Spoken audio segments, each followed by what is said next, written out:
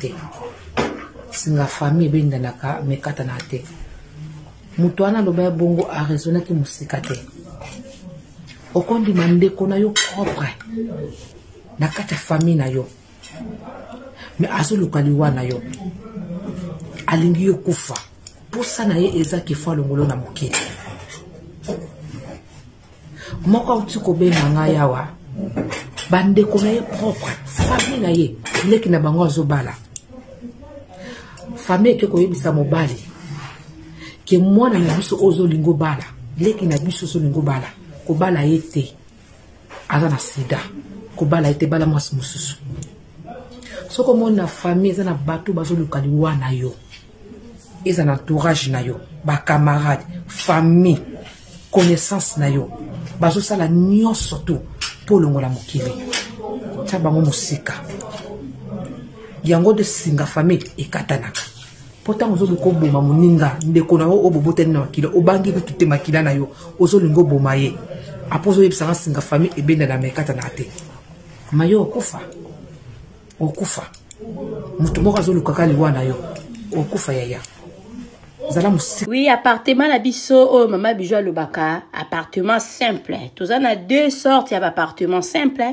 Tous en appartement simple au ezali à $15 par jour. Tous en l'appartement simple au ezali na $20 par jour. Mama bijou soka koloba $20 ou loba €20, ça dépend ya pays ni oyo vandi parce que euro na dollar pour le moment ezakaka ndenge moko. Appartement na biso bozo mona mbetu ezali appartement oyo ezali appartement simple toza kozwa yango na ba séjour soko osala plus de 14 jours to kozwa yango na €20 par jour. Soko osala moins de 14 jours to kozwa yango na €25 par jour. Appartement na biso ezali na garde-robe na kati, ezali na télévision na kati, ezali na frigo na kati, ezali na cafetière na kati, ezali climatisé. Ezali na mbetu ya 2 personnes. Appartement na biso bozo mona ezali na douche debout ya kitoko, toilette na biso ezali propre. En tout cas ndako na biso oyo appartement na biso oyo bozo mona ya $20 par jour.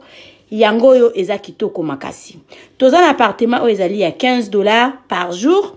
Yango pe ezali na biloko nyonso tu ndenge bomoni na kati, sauf que kuna eza na garde-robe te, kuna totia régal moko likolo, oyo mutu akoki koya kotia ba valise na ye likolo. Contactez biso na appartement oyo bozomona, bokozala jamais dessus. À part ba appartement simple, toza na appartement na biso oyo ezali chambre, salon, cuisine, toza na appartement oyo ezali 2 chambres, salon, cuisine. Toza na problème ya maïté, toza na problème ya couranté. Notre appartement eza kitoko, eza wana pona bino bana ya poto. Benga mama bijou, contactez mama bijou.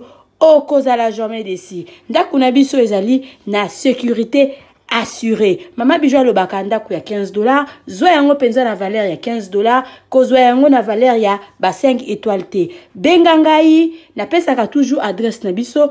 Adresse na biso ezali na Matonge, eza na Makampante, eza na Gombe te. Soko za na besoin ya ko vérifier ndaku na yo avant benga mama bijou, avant ça osala à compte na mama bijou.